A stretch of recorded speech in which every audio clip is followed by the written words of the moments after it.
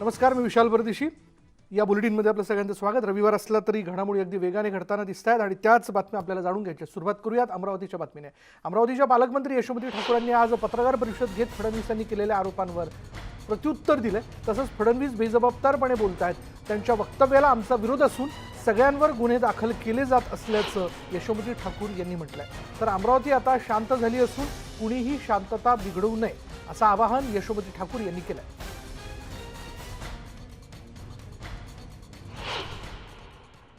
एकंदरीत मला असं वाटलं की ते बेजबाबदारीने बोलत आहेत. खरं देवेंद्रजी एक जबाबदार नेता आणि विरोधी पक्ष नेता आहे असं मला वाटत होतं. पण आज त्यांनी जी प्रेस कॉन्फरन्स घेतली त्याच्यावर माझा आक्षेप आहे. 12 तारखेची घटना निंदनीय आहेच आणि 13ची त्याहून जास्त निंदनीय आहे असं आमचं ठाम मत पहिल्या दिवशीपासून आहे. दोन्ही प्रकारच्या लोकांना ज्यांनी 12चं त्या ठिकाणी आंदोलन ठेवलं आणि 13चं आंदोलन ठेवलं आणि त्याला हिंसक वळण देण्याचा प्रयत्न केला, सगळ्यांवर केसेस दाखल केलेल्या आहे. महाविकास आघाडी सरकार हे बिलकुल न्यूट्रल त्या ठिकाणी भूमिका घेत आहे आणि ज्यांनी कोणी भडकवण्याचं काम केलेलं आहे त्याला अजिबात सोडल्या जाणार नाही.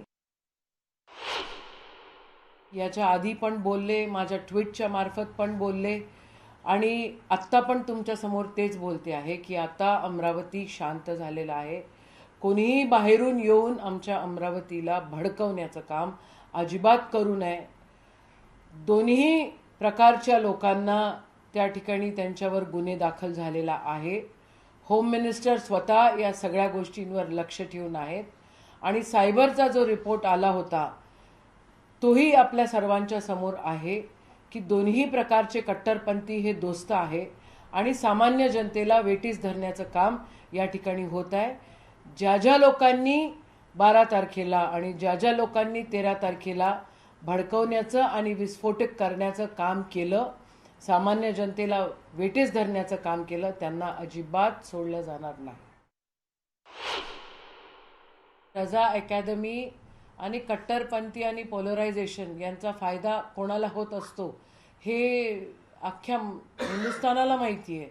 मी बोलण्याची काहीच गरज नाही आहे. ज्या गोष्टी व्हायलन्स क्रिएट करतात, ज्या संस्था अशा गोष्टींना सपोर्ट करतात, जी लोक अशा विस्फोटक साधनं वापरून किंवा विचार त्या ठिकाणी ठेवतात, त्या सगळ्या लोकांवर कारवाई नक्कीच होणार, होते आहे, कालही झाली आणि उद्या जर कोणी अजून अवगत झालं तर उद्या पण होणार.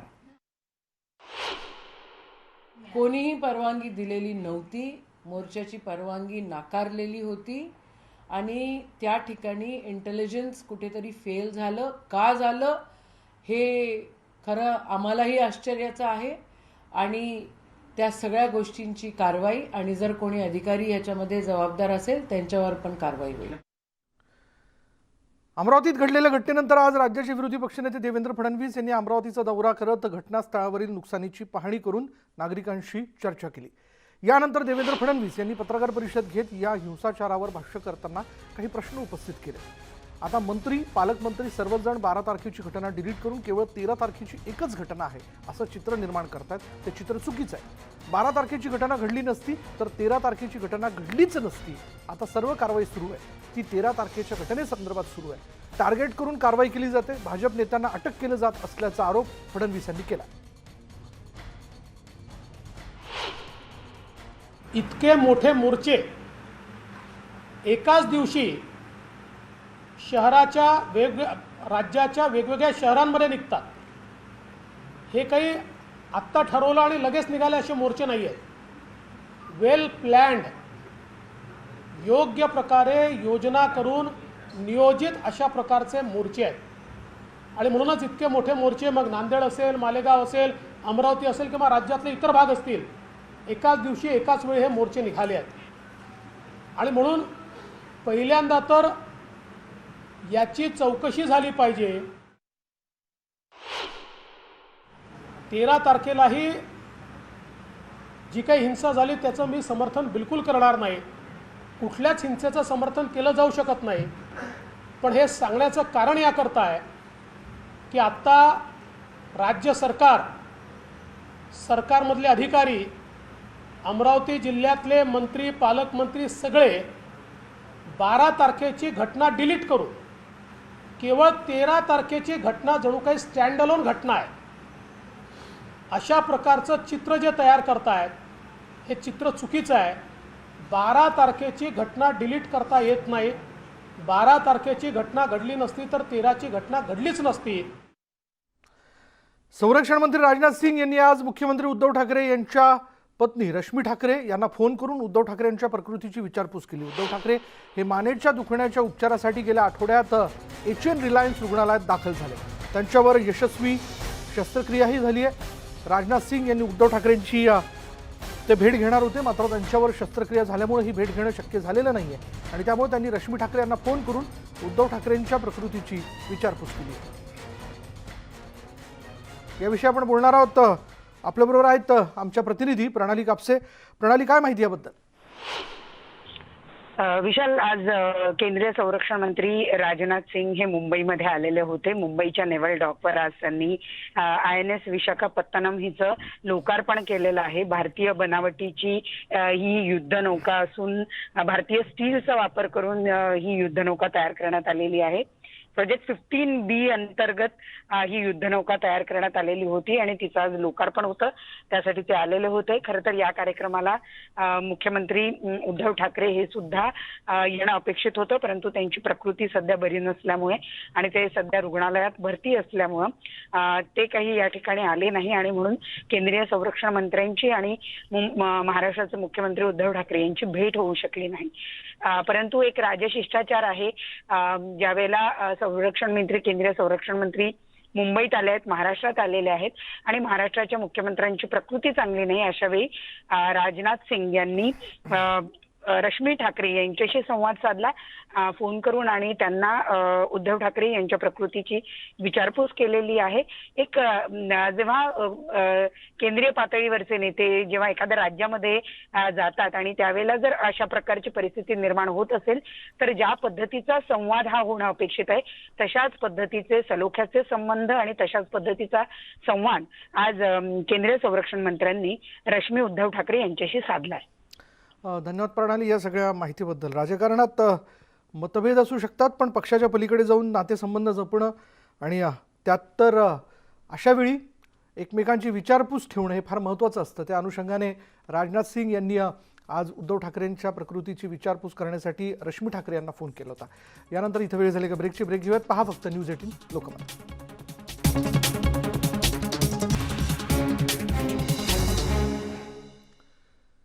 ब्रेकनंतर बघणार आहोत दुपारच्या बातम्यांमध्ये. चर्नी रोडमधील केळेवाडी पादचारी पूल लवकरात लवकर बांधावा अशी मागणी करत आम्ही गिरगावकर संस्थेनं आंदोलन केलं. ठाकूरद्वार इथली तिकीट खिडकी बांधून देण्यात यावी अशी मागणीही या संस्थेनं केलेली आहे.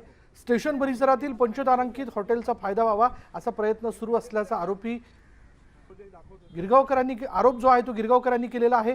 केळेवाडी ब्रिज तोडून ज्येष्ठ नागरिकांचे जाणून बुजून हाल केले जात आहेत असा देखील आरोप त्यांनी केलेला आहे आणि हा ब्रिज आणि इथली तिकीट खिडकी लवकरात लवकर बांधून द्यावी अशा मागणीचं निवेदनही संस्थेने रेल्वेला देऊ केलं. लवकरात लवकर हा पूल बांधून दिला नाही तर तीव्र आंदोलनाचा इशाराही आम्ही गिरगावकर या संस्थेनं दिला.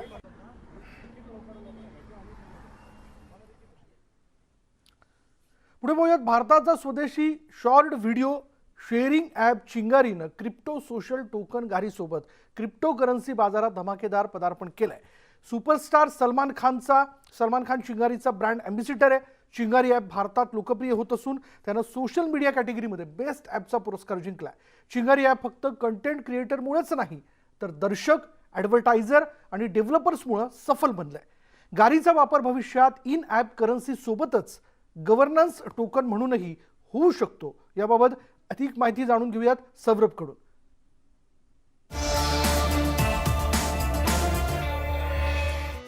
ये कंटेंट क्रिएटर या इन्फ्लुएंसर ये कोई जॉब है, कोई वर्क प्रोफाइल है, इसको कोई सीरियसली नहीं लेता है. इसके दो सबसे बड़े रीजन हैं. पहला, कंटेंट मोनेटाइजेशन की स्टेबिलिटी नहीं है और दूसरा, आगे चल के क्या होगा किसी को कुछ नहीं पता. ये क्वेश्चन हमेशा बने रहते हैं। अब गारी टोकन की वजह से क्रिएटर्स को कंटेंट मोनेटाइजेशन की स्टेबिलिटी मिल रही है और सारे क्रिएटर्स को सब्सटेंशियल अमाउंट कमाने का गारी टोकन की वजह से मौका मिल रहा है। तो लोकल मार्केट में जो ट्रेंड चल रहा है उसको छोड़ के अब क्रिएटर कुछ सीरियस, कुछ अच्छे कंटेंट क्रिएट कर सकता है और आगे चल के इसमें उसका फ्यूचर है, ये अब देख सकता है।